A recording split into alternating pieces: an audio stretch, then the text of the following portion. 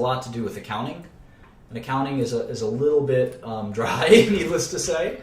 And it's a little more abstract. But when we deal with the income statement, we can really see kind of the reality before our eyes. So let's do the income statement kind of live. Let's do it kind of side by side. I'm doing this obviously on Yahoo. So not on Yahoo, on YouTube. Yahoo. But it's not 1990 anymore. Okay. So you can see here the Apple income statement, and you can see that they had $75 billion of revenue in Q4 2015. Q4 is the last 3 months, so it's October, November, December. In just 3 months, they generated $75 billion of revenue. Now, what is revenue? Let me ask you that, Maduri or Thompson. It's what you've earned throughout the period of the quarter. What does that mean? Terrible definition. It's what you've taken in. Nope. Sort of, yes. But can you be more specific? Is it definitely cash I've taken in? It could be anything. Or profit would be what you've earned. Your revenue. It's definitely not profit. Yeah. Your revenue includes your expenses. No. Or it doesn't include your profit. Your profit. Your profit equals your revenue minus your expenses. Yeah, I'm just asking you about revenue. Yeah. Your revenue is the opposite of that. Revenue is just sales. Revenue, sales, turnover, receipts, they all mean the same thing. We'll worry about costs and profits in a second. But when it comes to revenue, how do you know something is revenue? Obviously, if it's a retailer, right? When you sell the sweater and you get cash for the sweater, you understand that's revenue, for sure. But can revenue be more complicated than that? Sure, right? I mean, what if your law firm, right, you said, you gave us an invoice for $50,000, and I said, wait a second, I only used $40,000 of resources. How much revenue should you book? And what if I told you I'm not going to pay you for 60 days? Is it revenue still? All of these questions are actually pretty important. And recognizing revenue is actually pretty difficult. And we call it revenue recognition. And sometimes, if you're really fancy in business, we call it RevRec. RevRec. And obviously, RevRec is simple in some businesses and not so simple in other businesses. And in general, the kind of idea for when you recognize revenue. When do you recognize revenue? Typically, it's when, and this is a general rule, it doesn't always apply, but in general, it's when what? You guys know? Quinn, maybe? It's when title to the product has passed to the customer. So someone else owns the asset, whatever it is. Yes, exactly. So even if it's on a promise. So a lot of revenue you don't actually have to have received the cash. Right? Mm-hmm. So it's actually, a promise is good enough, if that makes sense. So you can book revenue on just a promise. Now, there's a lot of other rules. Like you obviously can't sell your product to another part of your own business, right? You have to net that out. That's called intercompany revenue. And it happens sometimes, and there's nothing wrong with it, but you have to take it out. Intercompany revenue gets canceled. And a lot of accounting fraud, I think a bunch of internet companies had this as a fraud, Enron had this as a fraud, is when if you're selling to your own company, you can often overinflate your revenue. Then there's things like, what if you have a contract over 4 years? How do you, and someone gives you all of the cash up front. Let's use that example. Let's say you have a $10 million contract with Boost Mobile. Boost Mobile. You're Young Jeezy. This is Young Jeezy Incorporated. Young Jeezy Inc. And you have a $10 million contract with Boost Mobile to promote Boost Mobile products for 4 years. And it comes time for Q1 2016 revenue. How much do you report? And Boost Mobile gives you a check for $10 million. How much do you report? Do you report 10 million? Do you report 2.5 million? or do you report 750,000? I mean, there's no way to really tell. Without... No, there is. There's specific rules, and it's called FASB, and you report $750,000. FASB is Financial Accounting Standards Board. And again, accountants need to know this, but if you're going to be an investor, you need to know some of this stuff too. Accounting is a language of business, and you have to know the language of business. And 10 million is the cash you get. Sure, you get all the cash, but your revenue is only $750,000, and you'll report that every quarter for the next 4 years, for 16 quarters. Your balance sheet will have the 10 million on it right away, but then that's when you have deferred revenue. So what you'd end up having is you'd have revenue of 750,000 every quarter, and on the balance sheet, this is the income statement. On the balance sheet, you would have deferred revenue of $9,250,000 because you still have to you've collected the 10 million. Your cash will be 10 million, but you haven't performed $9.25 million of services, because you can bet that if Young Jeezy stops rapping about Boost Mobile 1 quarter into his 4-quarter deal, Boost Mobile will sue him. So he's got to carry that deferred revenue and write it off every quarter for the next 16 quarters or 15 quarters. So anyway, that's how sort of revenue recognition can be pretty tricky. Obviously, if Apple sells $10 billion of iPhones to AT&T, it's relatively simple, but believe it or not, it can still be complicated. For instance, returns. What about returns? Return policy is a huge part of revenue recognition. Oftentimes, companies like Apple will have a return policy. So they'll say, you know what, AT&T, if you return us any of your phones, we'll give you your money back for the phones that you return. And some companies have no return policy. It really depends on your company.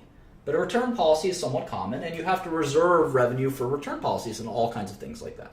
So anyway, there's a lot of complexity to revenue recognition. It may seem really simple, but sales are not as simple. All right, so next we have something called COGS, or cost of goods sold. What's a cost of... I'm going to take off. Thanks all right. a lot. Yeah, thank you. Hopefully someone can bring in... thanks, Ken. Someone can bring in another financial expert up in here.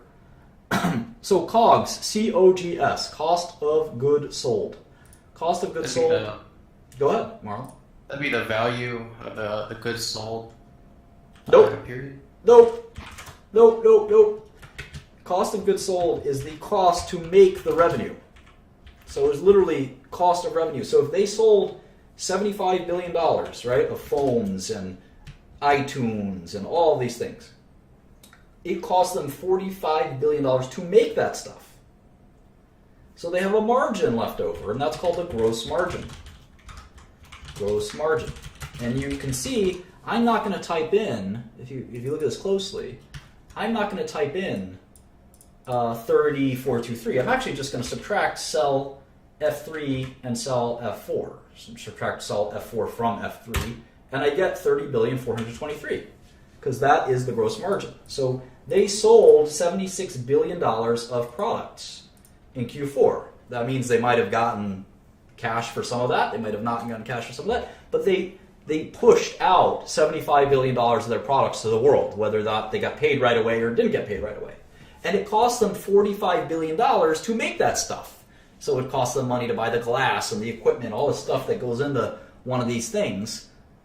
And you can see that they made, if you think about it, they made about half. They made about 50%. For every dollar they sold, it cost them about 50 cents to produce those goods. So if we actually just do this, we can do gross profit or gross margin percentage. We'll call this gross profit, and we can do the formula. Does anyone know what the formula is?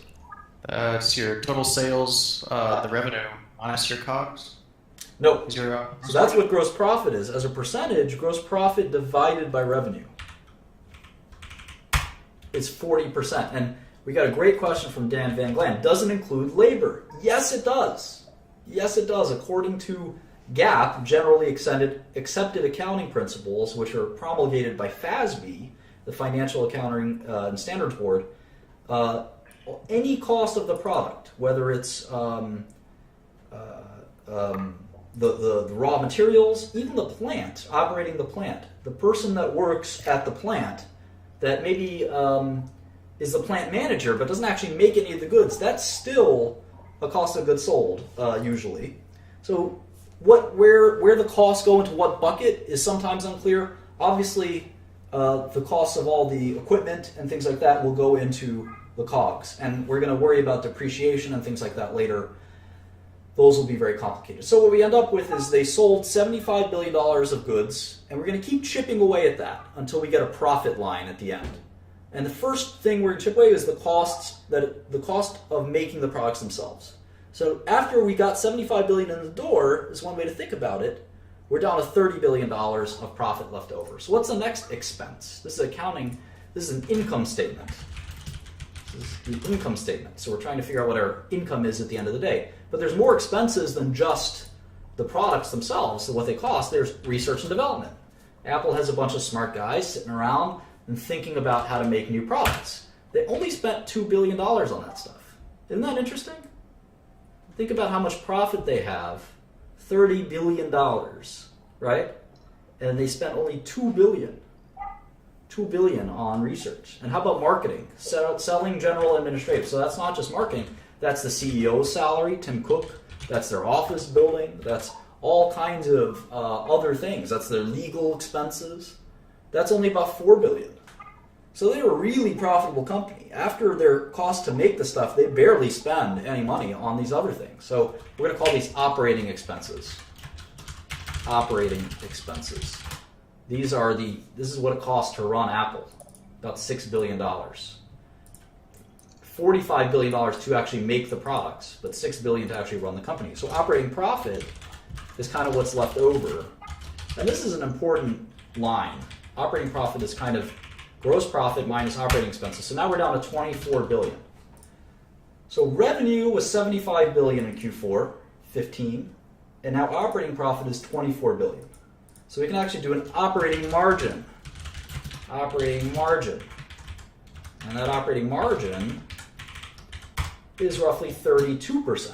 That's a very high margin. Most businesses don't have a 32% operating margin. Some pharmaceutical companies do, but retailers and things like that have more like 10% operating margins. So pretty healthy margins from Apple. What's left after operating profit? What other expenses could there be? It's going to be a lot of financial and taxation kind of expenses. So that's the only thing separating us between operating profit and what we call net profit. Net profit. So taxes is a huge part of that. And interest on all that cash they've got, right? They get $402 million of just interest. So we call that pre-tax income, and then there's finally taxes, which are what you think they might be. And again, taxes aren't necessarily cash they've spent. That's just cash that they're going to spend often. And what we're left with is $18 billion. So we can calculate again a net margin percentage. 18 billion left over after 75 billion of revenue. So 24 cents. Every dollar that Apple gets from you, they keep 24 cents. Isn't that interesting? We can also calculate a tax rate. What does Apple pay in taxes? Well, they're making 24 billion before taxes.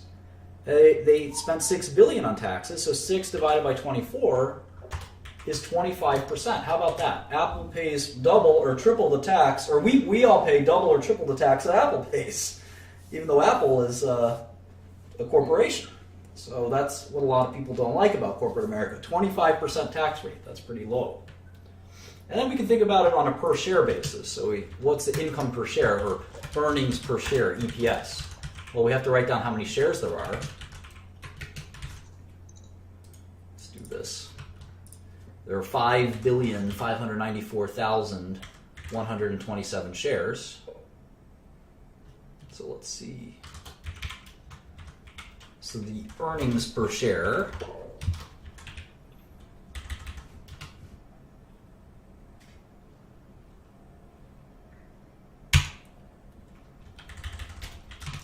is $3.28. Okay, so that's sort of Apple's income statement for Q4. Any questions?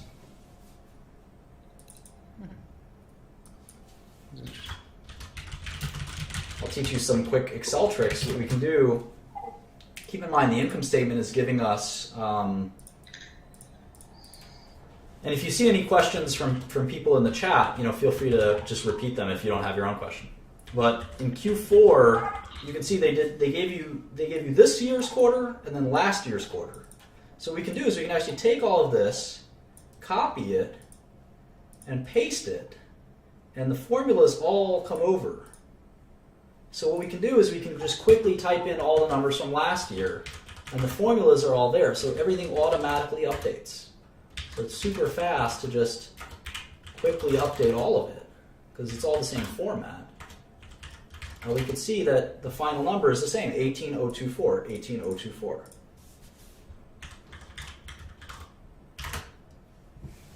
And we can copy and paste all of these. So it's pretty easy. And now we can even compare revenue increases year over year. And this is a big problem for Apple. If you look at Q4 of 2015 divided by Q4 of 2014, revenue only increased by 2%. And the way you can figure that out is the simple quotient of new divided by old.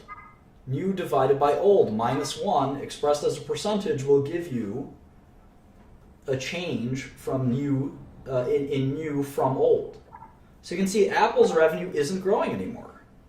And I wonder why that is. It could be because they haven't released a new product. It could be because they're just slowing down in general. Who knows? But it's definitely a worrisome trend, and we'd have to ask Apple why that's happening. Maybe people are already talking about it. But that's how an income statement looks for Apple. We can also type in the balance sheet very quickly if we wanted. So we're going to have to pay attention to that as well. So we did cash. So just do this super fast one more time. And I'm happy to take questions as they come up. So I guess if you're looking at companies that you might be interested in investing in, are you trying to look at the growth in their revenue quarter by quarter? Sure, but we haven't yet come even close to making any decisions on anything. That we probably won't even touch that until lesson 4, 5, 6, 7. It takes a long time. We're just trying to understand how to even read these things, and how to sort of order them and format them into a way that we can use, right? We can use to make decisions later. We're not even close. We're not even close to being able to use this information in a way that's useful yet. But it's good for beginners, especially, to say, all right, this is the way Apple works. It's very important to know kind of what exactly is this company's profile? What's their margin profile, for instance? Are they the kind of company that loses money? Are they the kind of company that makes money? Are they the kind of company that makes a lot of money? What's the relative amounts, especially as we compare them to other companies like IBM or Hewlett-Packard or other computer makers, phone makers like Samsung. We want to be able to compare them and say, why does Apple do so much better than these companies or whatever? So anyway, right now we're not totally concerned yet with kind of what, thinking about what to look at yet. We'll get to that maybe even tonight in terms of what are companies worth, what are assets worth, and that's turns out to be a much more difficult question than just kind of what is this company doing, what are they actually doing every day. So that's sort of a preview of the balance sheet, and believe it or not, in my PowerPoint, that's exactly the next question. Is what is the value of a company?